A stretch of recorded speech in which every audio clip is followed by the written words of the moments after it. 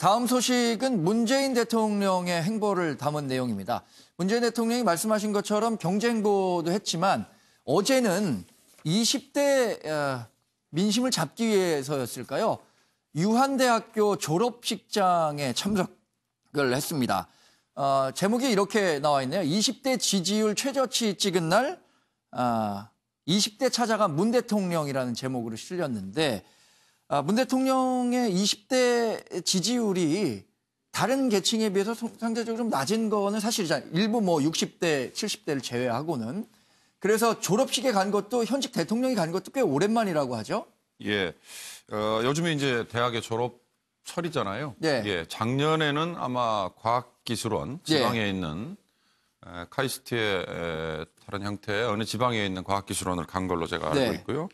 올해는 유한대라는 곳이 유한양행으로 유명한 유일한 박사가 설립을 한 일종의 직업 전문 대학 뭐 이런 걸로 제가 알고 있습니다.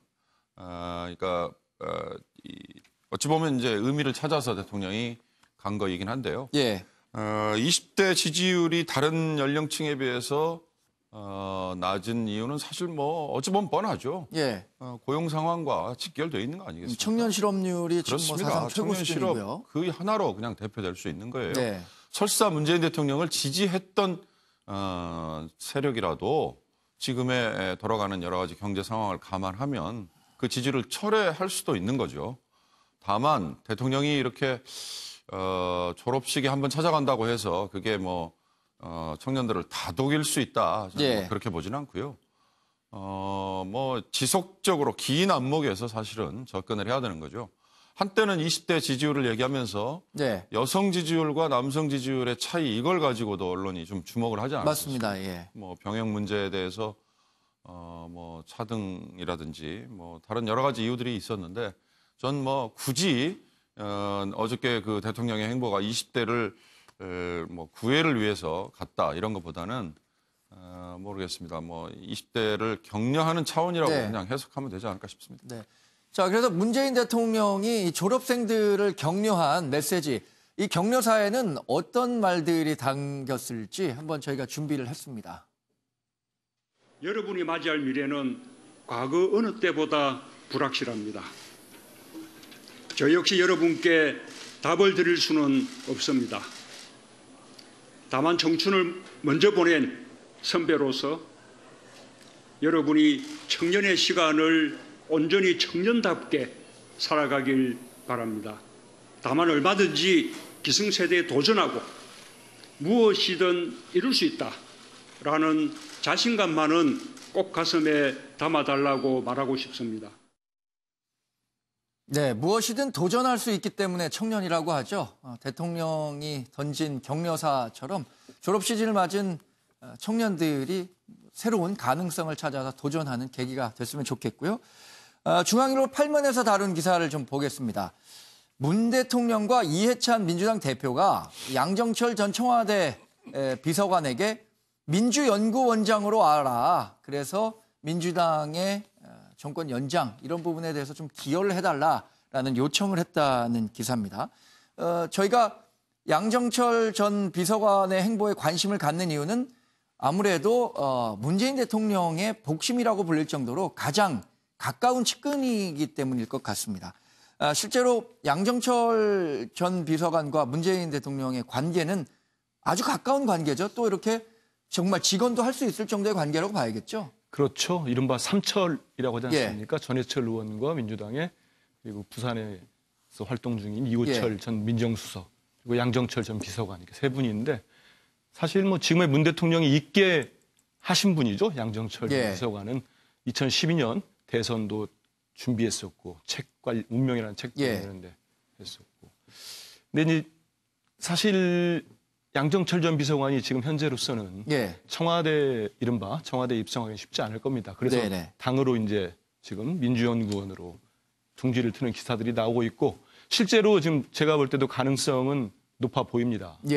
양정철 비서관은 그렇게 대통령의 복심이자 최측근임에도 불구하고 2017년 5월 문재인 정부가 들어선 이후로 제대로 된 직책을 맡은 적은 없어요. 그렇죠. 그리고 계속적으로 뭐 뉴질랜드, 일본, 미국까지 돌면서 본인이 사석에서 그랬다면 더 이상 갈 데가 없다고 네. 할 정도로 다들 네. 이제 민폐가 돼버린 거죠. 그리고 뭐 실제로 생활 문제도 있고 한데 그래서 결국 이제 어떻게 컴백을 할 것인가 이런 논의가 되다가 이제 민주연구원 카드가 나온 것 같습니다. 네. 뭐 당 쪽에도 좀 물어보면은 괜찮은 제가 볼 때는 카드 같습니다. 그리고 양정철 비서관이 지금 이 정권이 탄생의 1등 공신인데 네. 계속 외곽하면 도는 것도 문제가 있지 않느냐 이런 여론이 실제 당내도 있습니다. 여권 내도 네네. 있고요. 무슨 큰 죄를 지은 것도 아닌데 측근이라는 이유만으로 다른 두 분을 이렇게 활동도 하고 그러는데 계속 외곽만 돌 일이 아니다. 근데 예. 특히 민주연구원은 이게 뭐 당대표의 직속 뭐 사무총장이랄지 비서실장도 아니고 말 그대로 민주당의 싱크탱크입니다. 네. 연구원이 이 연구원장을 맡으면은 뭐 실제로 뭐 보수가 높고 그런 건 아니지만은 당의 장기적인 집권 비전이랄지 네. 정책, 특히 여론 동향 그리고 이게 내년 또 4월 중요한 총선이 있지 않습니까? 네. 그 관련된 일정 정도의 역할을 충분히 할 수 있을 것입니다. 그리고 뭐 실제로 여권 내에서도 양정철 비서관이 이제는 어떤 역할을 해야 될 때가 됐다. 예. 이런 여론들이 있기 때문에 이런 논의가 되고 제가 볼 때 실제 오지 않을까 싶습니다. 네. 연장선상에서요. 한국일보 6면은 다시 결집하는 친노. 여권 새 결집에 도움이 될 수도 있다라는 요지의 기사를 실었습니다. 다시 결집하는 친노의 역시 시발점은 이 양정철 전 비서관이었고요. 유시민 전 장관도 알릴레오라는 유튜브 채널을 통해서 적극적인 활동을 하고 있고, 그러니까 두 축이 다시 움직이면서 친노가 결집되고 이게 여권 내에 세력을 결집하는 데 도움이 된다는 내용이죠. 이런 그 친노의 결집은 현재 뭐 정치 상황을 고려했을 때 여권 또 문재인 대통령이 국정 운영에 상당한 힘을 실어줄 수 있을 것으로 보세요? 그러니까 이제 집권 3년 차에 이제 징크스가 있었죠. 이전 정권들의 뭐 측근 비리가 나오거나 아니면 그 힘이 빠지면서 레임덕 현상이 벌어지면서 또 그 여당 내에서의 그 야당보다 더 야권 인사처럼 뭐 말을 하는 사람들도 정치인도 나오고 그러면서 힘이 좀 빠져가는 게 집권 3년 차의 징크스였는데 네. 지금 또 내년에 4월에 총선이 있지 않습니까? 저는 양정철 전 비서관의 이 민주연구원 원장 자리에 대한 기사는 결국 총선 체제로 지금 민주당이나 청와대나 움직이고 있는 게 아니냐. 뭐 김경수 지사가 구속이 된 공백 때문에 예. 좀 PK 부산 지역에 좀 많이들 가서 저기 민주당 지도부나 청와대나 모두 가서 그곳에서 이제 그 뭐 성의를 보이는 것은 김경수 지사의 공백도 있지만 동진 전략이라고 그래서 총선에서 PK 지역을 민주당이 석권을 해야지만 뭐 얘기하는 20년 집권이라든가 이런 초석이 다져진다고들 보는 것 때문에요. 네. 그래서 저는 이 양정철 비서관의 경우에는 대중적으로 이분이 뭘 했는지는 알려진 게 없어요. 네. 뭐 유시민 이사장의 경우에는 아주 대중적인 활동이었지만 양정철의 경우에는 대중적인 활동은 아니었단 말이죠. 전략통으로 내부에서의 광창팀이나 이렇게 움직인 걸로만 알고 있고 또 최측근이라고만 알려져 있지 사실상 그렇게 알려진 거는 없어요. 알맹이가 있게 네. 알려진 건. 근데 이 전략통이 민주연구원장으로 온다는 거, 그것은 내년 총선과 이후까지 감안해서의 큰 전략을 지금 짜고 있는 게 아닌가. 그래서 저는 전체적으로 이거는 총선 체제로 돌입을 한 거다라는 생각이 듭니다. 네. 탁현민 전 청와대 행정관이 대통령 행사기획 자문위원회에 임명됐다는 소식도 있습니다. 그동안 뭐 청와대와 관련한 의전 행사를 책임지다가 이제 다시 대통령 행사기획 자문위원회에 임명됐다고 하고요. 고민정 부대변인, KBS 아나운서 출신이죠. 그동안 부대변인직을 맡고 있었는데 이번에 비서관으로 승진했다고 합니다. 한 2년 정도 지나서 승진을 한 거죠.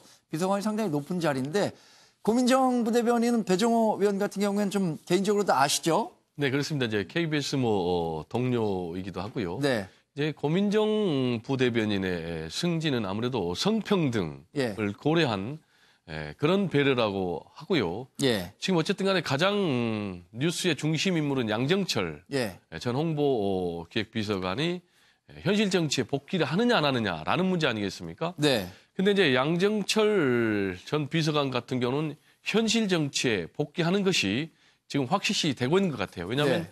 일종의 이런 기사도 여론 탐색용 기사가 아닌가 이렇게 생각이 되고요. 사전 정지 작업 차원에서 여론을 한번 떠보고 그렇습니다. 이게 굉장히 부정적 여론이 많으면 슬쩍 좀 뒤로 미루고 뭐 괜찮다는 반응이 나오면 이제 강행하고 이런 거겠죠? 네, 이제 그 이유는 양정철 하면은 예. 어쨌든 간에 문재인 대통령 당선의 1등 공신 한 명을 꼽아라 그러면 꼽힐 정도로 네. 굉장히 핵심 측근이거든요. 네. 근데 이제 양정철 전 비서관을 정권 출범부터 기용을 할 경우에는 너무 핵심들만 측근들만 챙기는 거 아니냐. 예. 이런 이제 여론의 역풍을 우려해서 그동안 이제 양정철 전 비서관은 계속해서 해외 유랑 생활을 해왔는데 그럼 이제 이번에 현실 정치를 복귀를 하면 왜 이 시점이냐라는 게 굉장히 중요하거든요. 네. 어쨌든 간에 현실 정치 복귀할 것이다. 그리고 문재인 대통령을 돕는 중요한 역할을 할 것이다라는 것은 기정사실화 돼 있었거든요. 근데 중요한 것은 역시 집권 3년 차. 집권 3년 차면 이제 권력 누수 현상이 서서히 시작되는 이제 그런 시점이라고 해요. 네. 그러다 보면 결국은 믿을 수 있는 사람, 측근을 쓸 수밖에 없지 않습니까?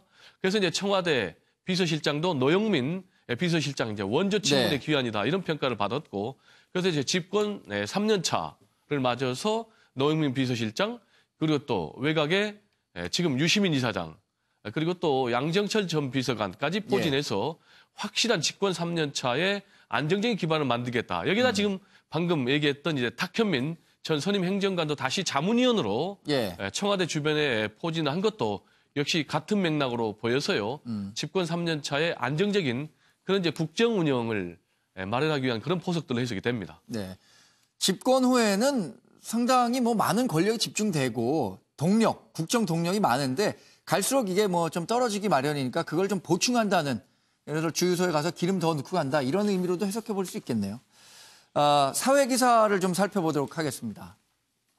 안희정 전 충남지사의 부인이죠. 민주원 씨가 계속해서 이런 발언을 내고 있죠. 그러니까 안 전 지사와 김지은 씨는 미투의 관계라기보다는 불륜의 관계였기 때문에 자신이 피해자다. 그리고 안 전 지사와 김지은 씨의 관계가 연인 관계였기 때문에 미투에 의한 성폭력으로 구속되는 건 좀 부당하다는 요지의 주장을 하고 있는 것 같습니다. 그래서 조선일보 심의면도 이런 상황에 대해서 이렇게 분석 기사를 썼습니다. 피해자 대 피해자. 그러니까 민주원 씨도 피해자고 김지은 씨도 피해자라고 주장을 하는데 이렇게 피해자들끼리의 싸움이 된 안희정 사건이라고 평가를 했습니다. 최근에 그 민주원 씨의 행보의 배경에는 그래도 안 전 지사 측을 좀 한번 구해내겠다, 구해고 싶다라는 인식이 좀 바탕이 된 걸까요? 글쎄 저는 피해자 대 피해자라는 관점에서 보면 예. 민주원 씨도 사실은 안희정 지사의 이런 어찌 보면 무분별한 행동 때문에 예. 가정이 깨졌지 않습니까? 네. 가정이 깨졌다는 거에 대한 피해자인 건 사실이죠.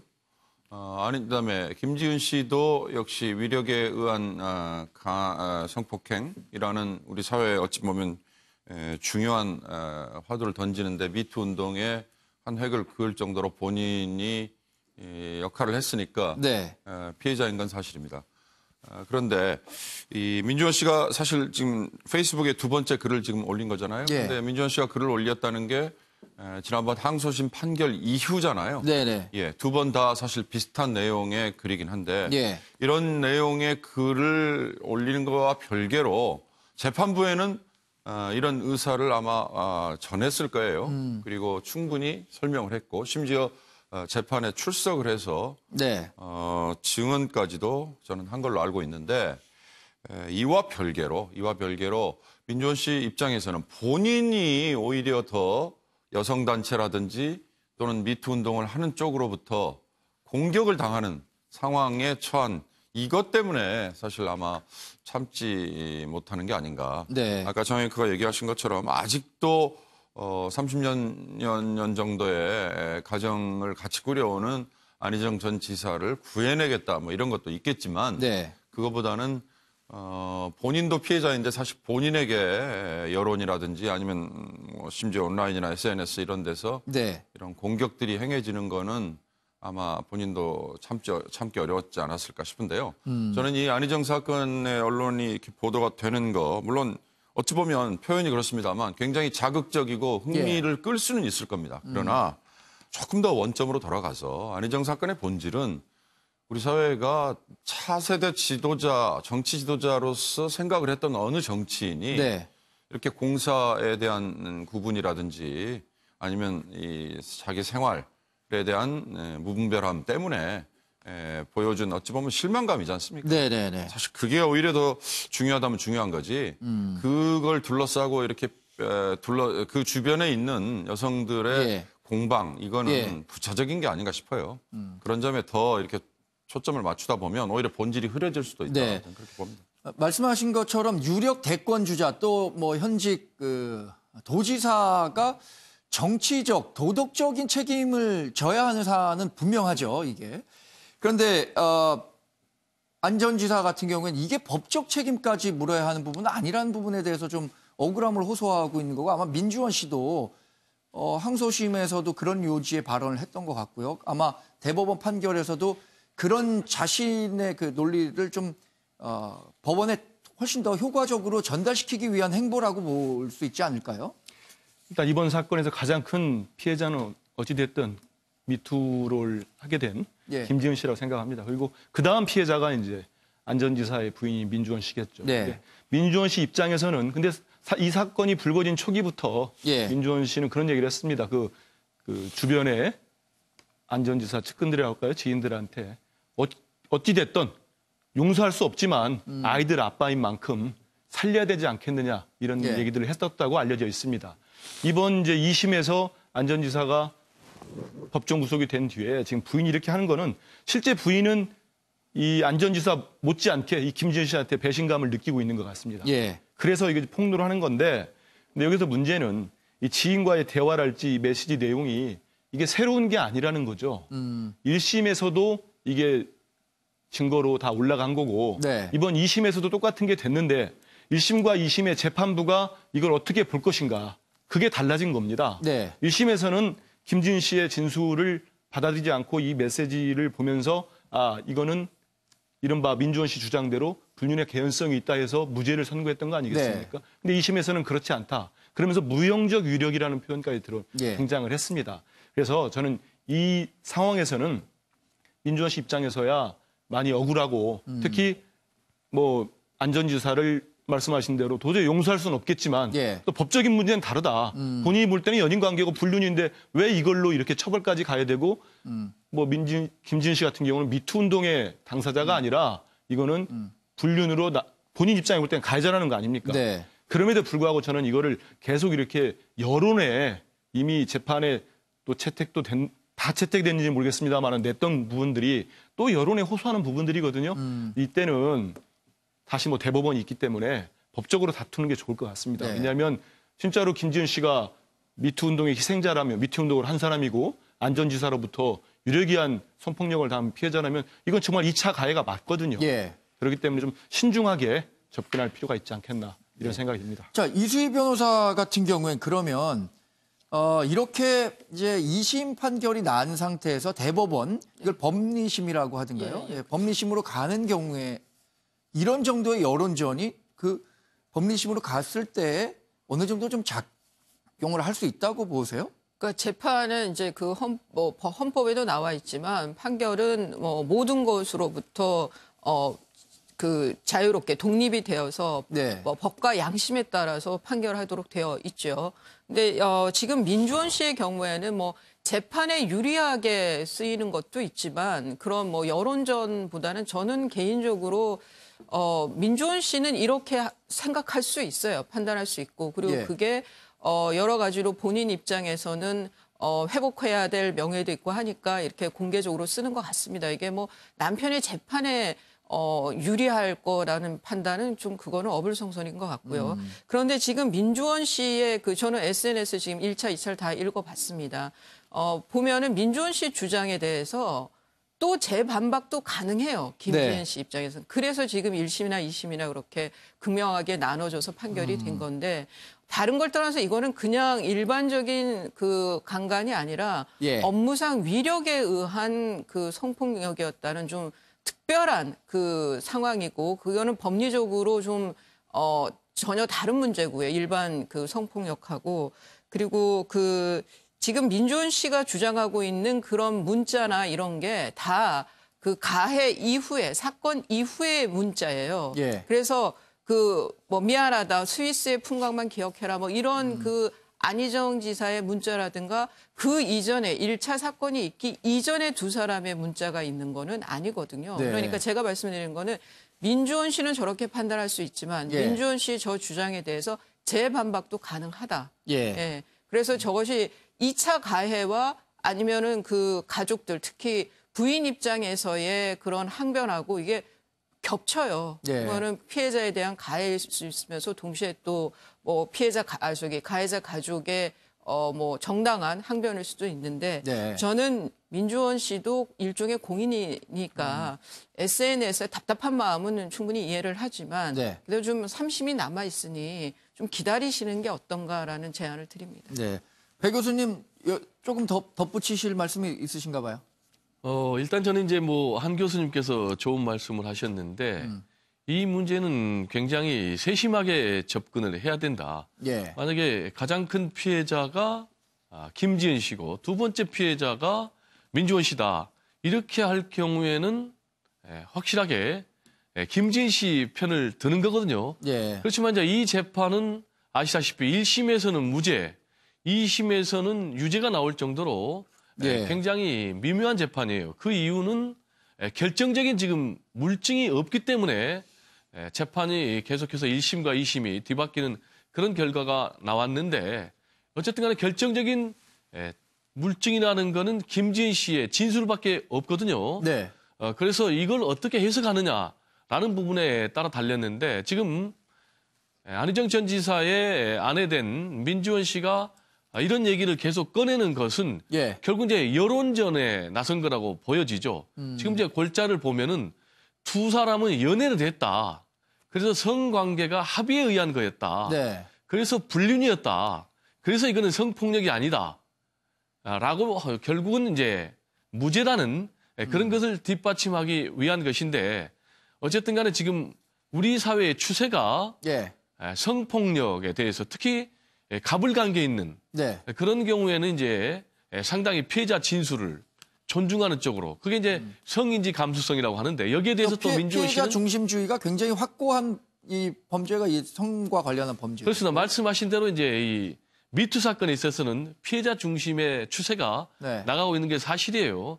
그렇지만 이제 또 민주원 씨는 그러면은 성인지 감수성이 중요하다고 그래서 증거주의보다 더 우선하느냐라고 반박을 하고 있는데 어쨌든 간에 3심에서 결국 어떤 결정을 내릴지에 따라서 네. 최종적으로 판결이 내려지지 않을까 이렇게 생각이 됩니다. 네.